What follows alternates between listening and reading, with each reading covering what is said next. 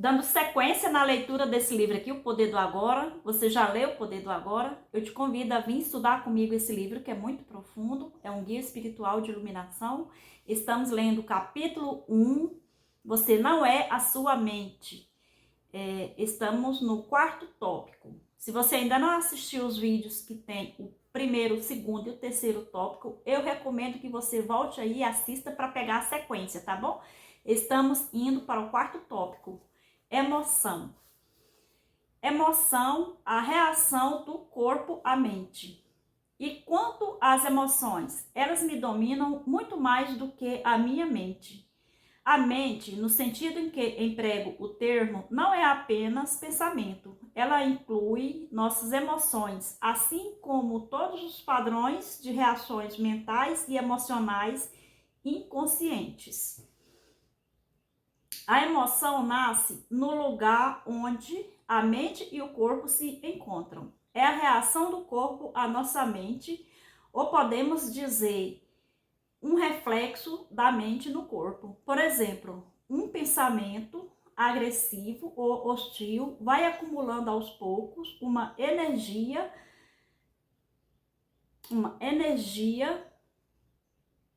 no corpo, a raiva.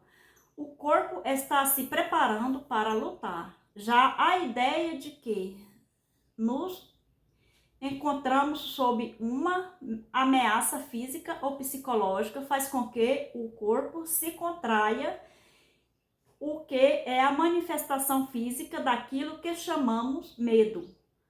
As pesquisas têm demonstrado que as emoções fortes causam até mesmo mudanças na bioquímica do corpo. Essas mudanças bioquímicas representam o aspecto físico ou material da emoção. Em geral, não temos consciência de todos os nossos padrões de pensamento. Só é possível trazê-los à consciência quando observamos nossas emoções. Quanto mais identificados estivermos com nosso pensamento, com as coisas que nos agradam ou não, com nossos julgamentos e interpretações, ou seja, quanto menos presente estivermos como consciência observadora, mais forte será a carga de energia emocional. Tenhamos ou não consciência disso. Se você não consegue sentir as suas emoções, se as mantém à distância, terminará por senti-la em um nível puramente físico, como um sintoma ou um problema físico. Muito se tem escrito a respeito disso nos últimos anos, portanto, não precisamos nos aprofundar no assunto.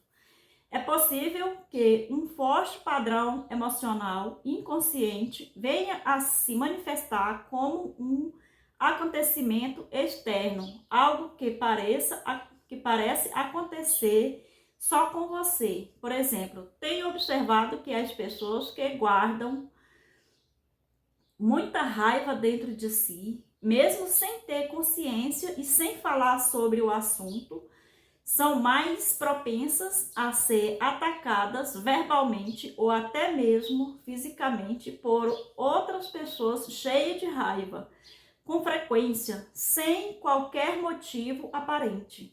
A razão é que elas desprendem uma raiva tão forte que acaba sendo captada de forma subconsciente por outras pessoas, e isso aciona a raiva latente que estas trazem dentro de si. Se você tem dificuldade de sentir suas emoções, comece concentrando a atenção na área de energia interior do seu corpo. Sinta o seu corpo lá no fundo. Essa prática colocará você em contato com as suas emoções. Aprofundarei o assunto mais adiante. Você diz que a emoção é o reflexo da mente.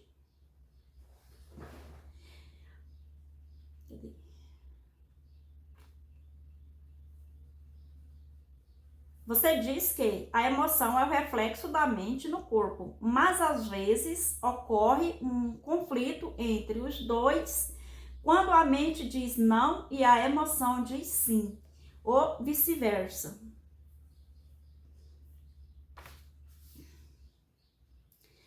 Se quisermos conhecer mesmo a nossa mente, o corpo sempre nos dará um reflexo confiável. Portanto, observe a sua emoção, ou melhor, sinta-a em seu corpo. Se houver um aparente conflito entre os dois, a verdade estará na emoção e não no pensamento. Não a verdade definitiva sobre quem você é, mas a verdade relativa ao estado da sua mente naquele momento. É bastante comum ocorrerem conflitos entre os pensamentos superficiais e os processos mentais inconscientes. Mesmo que você ainda não seja capaz de trazer a sua atividade mental inconsciente para um estado de consciência sob a forma de pensamento, ela estará sempre refletida no seu corpo como uma emoção. E isso você pode passar a perceber. Observar uma emoção por esse ângulo é basicamente o mesmo que ouvir ou observar um pensamento, como descrevi anteriormente. A única diferença é que o pensamento está na sua cabeça, enquanto a emoção, por conter um forte componente físico, se manifesta em algum lugar no corpo. Você pode permitir que a emoção esteja ali, sem deixar que ela assuma o controle. Você não é mais a emoção, você é o observador, a presença que observa. Ao praticar isso, tudo o que está inconsciente será trazido à luz da sua consciência. Então, observar nossas emoções é tão importante quanto observar nossos pensamentos? Sim, habitue-se a perguntar o que está acontecendo com você nesse exato momento. Essa questão lhe indicará a direção certa, mas não analise, apenas observe. Concentre sua atenção dentro de você, sinta a energia da emoção, se não há emoção presente. Se não há emoção presente, concentre sua atenção mais fundo no campo da energia interna do seu corpo. Essa é a porta de entrada para o ser. Uma emoção em geral representa um padrão de pensamento amplificado e energizado por conta da carga energética quase sempre excessiva que ela contém. Não é fácil. A princípio, temos condições para observá-la. A emoção quer assumir o controle e quase sempre consegue. A menos que você esteja presente e alerta. Se você for empurrado para uma identificação inconsciente com a emoção, ela se tornará temporariamente você.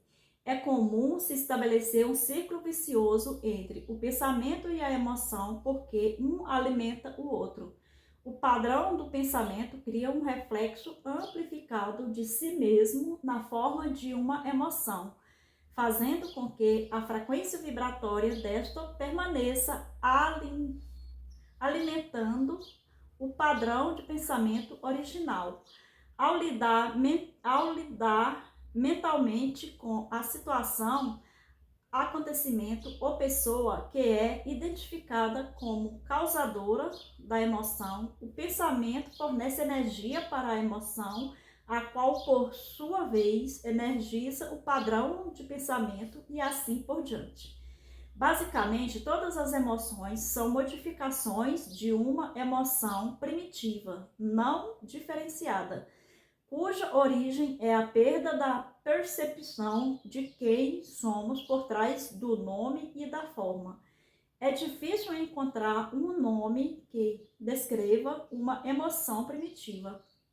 A palavra medo é muito próxima, mas além do sentido de ameaça permanente, ela pode ser entendida como um profundo sentimento de abandono e incompletude. Por isso, talvez seja melhor usar uma palavra que não se confunda tanto com aquela emoção básica e chamar isso simplesmente de sofrimento. Uma das principais tarefas da mente, uma das razões da sua atividade incessante, é a de combater ou eliminar o sofrimento emocional, embora ela inviavelmente só consiga descobri-lo por um tempo. De fato, quanto mais a mente tenta se livrar do sofrimento, mais ele aumenta. A mente nunca pode achar a solução, nem pode permitir que encontremos a solução, porque é ela mesma uma parte intrínseca do problema. Imagine um chefe de polícia tentando achar um incendiário, quando o incendiário é o próprio chefe de polícia.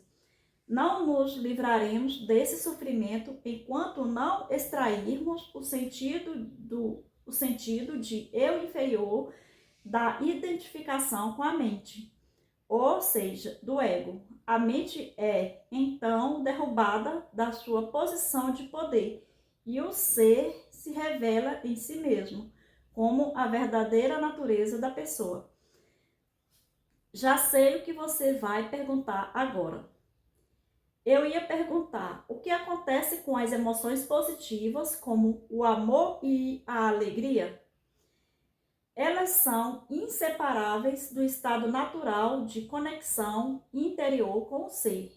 Sempre que houver um espaço no fluxo dos pensamentos, podem ocorrer lampejos de amor e alegria, ou breves instantes de uma paz profunda. Para a maioria das pessoas, tais espaços raramente acontecem, e mesmo assim, por acaso, nas ocasiões em que a mente fica sem palavras, instigada por uma beleza estonteante, uma exaustão física extrema, ou mesmo um grande perigo, de repente se instala uma serenidade interior, e dentro dessa serenidade existe uma alegria sutil, mas intensa. Existe amor, existe paz. Normalmente, tais momentos têm vida curta, pois a mente logo reassume essa atividade barulhenta a que chamamos pensar. O amor, a alegria e a paz não conseguem florescer a menos que tenhamos nos livrado do domínio da mente. Mas eu não os chamaria de emoções. Eles estão por baixo das emoções. É um nível mais profundo. Portanto, precisamos nos tornar plenamente conscientes de nossas emoções e sermos capazes de senti-las antes de sermos capazes de sentir aquilo que está além delas. A palavra emoção significa literalmente desordem. A palavra vem do latim moveres, que significa movimentar. Amor, alegria e paz são estados profundos do ser, ou melhor, 3 aspectos do estado de ligação interior com o ser. Assim, não possuem opositores, pela simples razão de que surgem por trás da mente. As emoções, por outro lado, sendo uma parte da mente dualística, estão sujeitas à lei dos opostos. Isso quer dizer simplesmente que não se pode ter o bom sem que haja o mal. Portanto, numa condição não iluminada de identificação com a mente, aquilo que algumas vezes é erroneamente chamado de alegria é o lado geralmente breve do prazer, dentro da alternância contínua do ciclo sofrimento-prazer. O prazer sempre se origina de algo, de alguma coisa externa a nós, ao passo que a alegria nasce do nosso interior. A mesma coisa nos proporciona prazer hoje, provocará sofrimento amanhã, ou nos abandonará, e essa ausência causará sofrimento. Do mesmo modo, o que se costuma chamar de amor pode ser prazeroso e excitante por um tempo, mas é um apego adicional, uma condição de necessidade extrema, que pode vir a se transformar no oposto, em um piscar de olhos. Muitas relações amorosas passadas, a euforia inicial, oscilam entre o amor e o ódio, a atração e a agressão. O amor verdadeiro não permite que você sofra.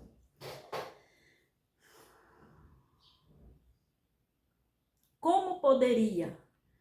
Não se transforma em ódio de repente, assim como a verdadeira alegria não se transforma em sofrimento. Antes de atingirmos a iluminação, antes mesmo de nos libertarmos de nossas mentes, podemos ter lampejos de alegria autêntica, de um amor verdadeiro ou de uma profunda paz interior, tranquila, mas intensamente viva. Esses são aspectos da nossa verdadeira natureza. Em geral, obscurecida pela mente, mesmo dentro de uma relação normal de dependência. É possível haver momentos em que podemos sentir a presença de algo genuíno, incorruptível, mas serão somente lampejos a serem logo encobertos pela interferência da mente. Você poderá ficar com a impressão de que teve alguma coisa muito valiosa, mas a perdeu. Ou a sua mente pode lhe convencer de que tudo não passou de uma ilusão.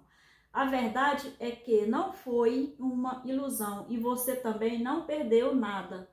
Esse algo valioso é parte do seu estado natural. Pode estar encoberto, mas nunca ser destruído pela mente. Mesmo quando o céu está totalmente coberto, o sol não desapareceu, ainda está lá, por trás das nuvens. Buda diz que a dor ou sofrimento surge através de desejos ou anseios e que para se libertar da dor é preciso romper as amarras do desejo. Todos os anseios nascem da busca da mente por salvação ou satisfação nas coisas externas e no futuro, como substitutos da alegria do ser. Se somos nossas mentes, somos aqueles anseios, aquelas necessidades, desejos e apegos e aversões. Fora deles não existe o eu, exceto como uma mera possibilidade, um potencial não preenchido, uma semente que ainda não germinou.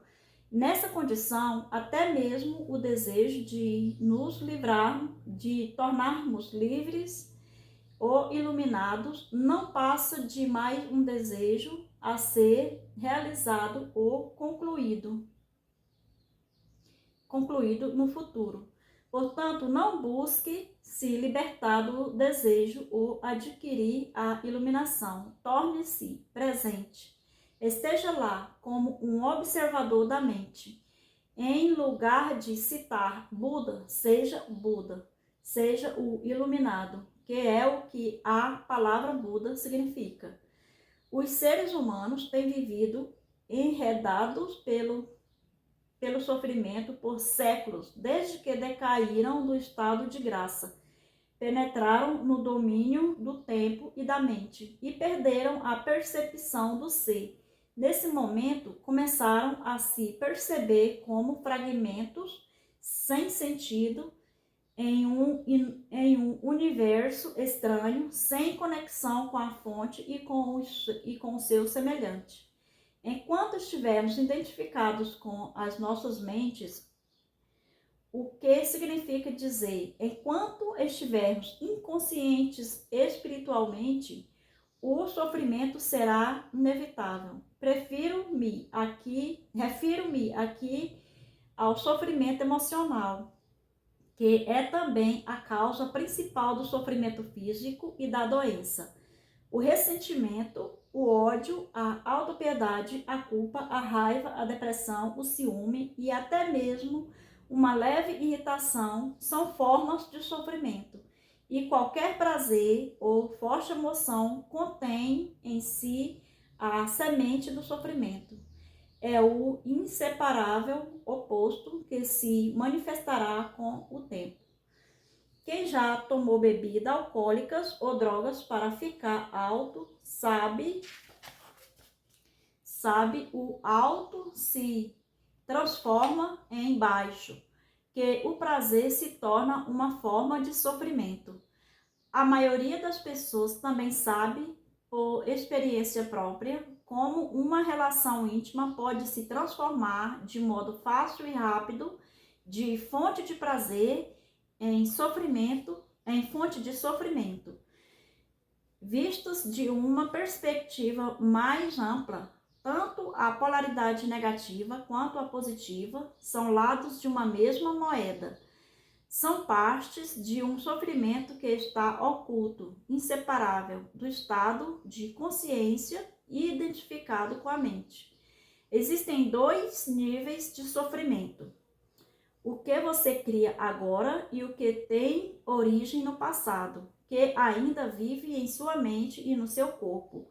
Deixar de criar sofrimento no presente e dissolver o sofrimento do passado é sobre isso que desejo falar com você agora. Então, aqui termina o capítulo 1. Você não é a sua mente. Gostou? Se você ainda não está inscrito no canal, se inscreva para você acompanhar, porque a gente vai ler esse livro todinho e mais outros livros que eu tenho aqui na minha biblioteca, tá bom? Eu fico imensamente grata de você estar por aqui estudando comigo, né? Sobre todas as leis do universo, sobre a lei da atração, sobre a expansão da consciência e sobre esse maravilhoso aqui, esse guia espiritual de iluminação. Vamos buscar nossa iluminação, gente! Muito obrigada por você ter ficado aqui.